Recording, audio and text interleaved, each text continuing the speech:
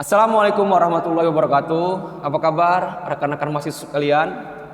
Kali ini bertemu lagi dengan saya di materi perkuliahan manajemen strategi. Kali ini kita akan membahas analisis lingkungan eksternal perusahaan. Di mana sebelumnya kita telah membahas analisis lingkungan internal. Sekarang kita membahas mengarah kepada analisis lingkungan eksternal, yang di mana kita itu harus mencari tahu serta mengumpulkan informasi-informasi di luar perusahaan.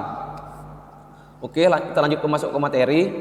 Yang pertama itu adalah pengertian lingkungan eksternal, yaitu dapat diartikan sebagai segala sesuatu yang berada di luar perusahaan atau organisasi yang dapat berpengaruh terhadap arah dan kebijakan organisasi dalam mengelola bisnisnya, baik secara langsung maupun tidak langsung.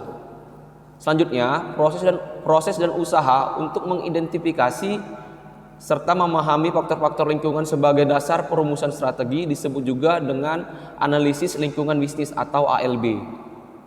Oke, di sini kita akan membedakan juga arah dari analisis lingkungan eksternal dan internal. Kalau analisis lingkungan eksternal ini mengarah kepada apa yang mungkin dipilih untuk dikerjakan oleh perusahaan. Sedangkan kalau lingkungan internal itu mengarah kepada apa yang bisa dilakukan oleh perusahaan. Kedua ini mengarah kepada sustainable competitive advantage, yang dimana yaitu adalah keunggulan kompetitif yang berkelanjutan.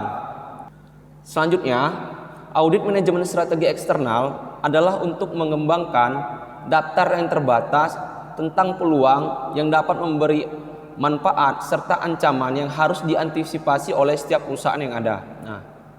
Mengidentifikasi dan mengevaluasi faktor-faktor di luar kendali perusahaan, misalnya itu adalah meningkatnya persaingan global, di mana ada pergerakan dan pertambahan penduduk, serta perkembangan teknologi informasi. Audit lingkungan eksternal bertujuan untuk mengidentifikasi peluang-peluang serta ancaman-ancaman dari luar perusahaan. Competitive intelligence adalah proses yang sistematis dan etis untuk mengumpulkan dan menganalisis informasi tentang aktivitas pesaing dan tren bisnis umum untuk memperbaiki tujuan perusahaan yang meliputi sosial budaya, demografi, lingkungan, ekonomi, politik, hukum dan keadaan situasi pemerintahan, serta berkembangnya teknologi. Sumber-sumber informasi dari audit eksternal yaitu meliputi dari internet, perpustakaan, pemasok, distributor, pelanggan, pelanggan dari pesaing, dan media massa.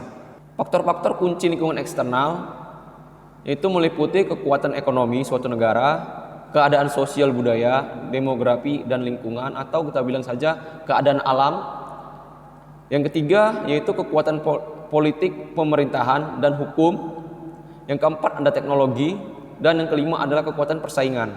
Aspek ekonomi, kekuatan ekonomi itu adalah ketersediaan kredit, tingkat disposable income, yaitu di mana pendapatan untuk dibelanjakan, jadi kemampuan berbelanja pada masyarakat.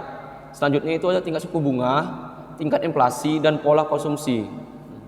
Di sini juga ada variabel kunci ekonomi yang mempengaruhi aspek ekonomi, yaitu adalah tingkat pengangguran, tingkat produktivitas tenaga kerja, kondisi ekonomi negara lain, faktor impor dan ekspor, pergeseran permintaan akan barang dan jasa, dan fluktuasi harga atau pergerakan harga. Selanjutnya, pada aspek kekuatan sosial budaya, demografi, dan lingkungan, itu dampak utamanya itu adalah produk, jasa, pasar, pelanggan. Di sini tren abad 21 yaitu konsumen semakin berpendidikan, populasi penduduk semakin berusia tua. Sedangkan variabel kunci sosial budaya, demografi, dan lingkungan yaitu adalah tingkat kelahiran anak, tingkat imigrasi dan emigrasi, dan yang ketiga adalah jumlah kelompok dengan ketertarikan khusus. Pada aspek ketiga yaitu aspek kekuatan politik, pemerintahan, dan hukum, yaitu meliputi regulasi pemerintah seperti pajak, hukum, dan hak paten. Meningkatnya persaingan global, ketergantungan global, serta regulasi impor ekspor, serta juga dipengaruhi oleh situasi politik. Dan aspek teknologi yaitu memberikan pengaruh utama seperti internet dan komunikasi. Contohnya keunggulan spesifikasi pada suatu produk. Jadi semakin produk itu semakin tinggi spesifikasinya, maka semakin diminati oleh masyarakat. Itu untuk aspek teknologi. Selanjutnya pada aspek kekuatan persaingan, yaitu mengumpulkan dan mengevaluasi informasi mengenai pesaing merupakan hal yang sangat penting untuk keberhasilan strategi. Nah, persaingan dalam hampir semua industri dapat dikatakan tajam dan kadangkala mematikan. Selanjutnya kita akan mengarah kepada pernyataan kunci tentang kesiapan menghadapi persaingan, yaitu kesiapan kita untuk menghadapi strategi pembalasan dari pesaing. Yang kedua, posisi produk jasa kita, keluar masuknya perusahaan dalam industri.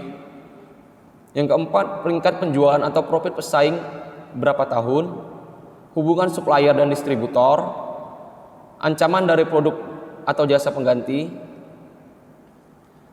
dan yang terakhir adalah haruskah kita merahasiakan strategi kita dari karyawan dan pemegang saham. Mungkin sampai di situ dulu materi kita pada pertemuan kali ini. Lebih dan kurang saya mohon maaf. Kalau ada yang ingin dipertanyakan bisa kita bahas di kolom GC kita di komentar. Sekian dan terima kasih. Wabillahi taufiq wal hidayah. Wassalamualaikum warahmatullahi wabarakatuh.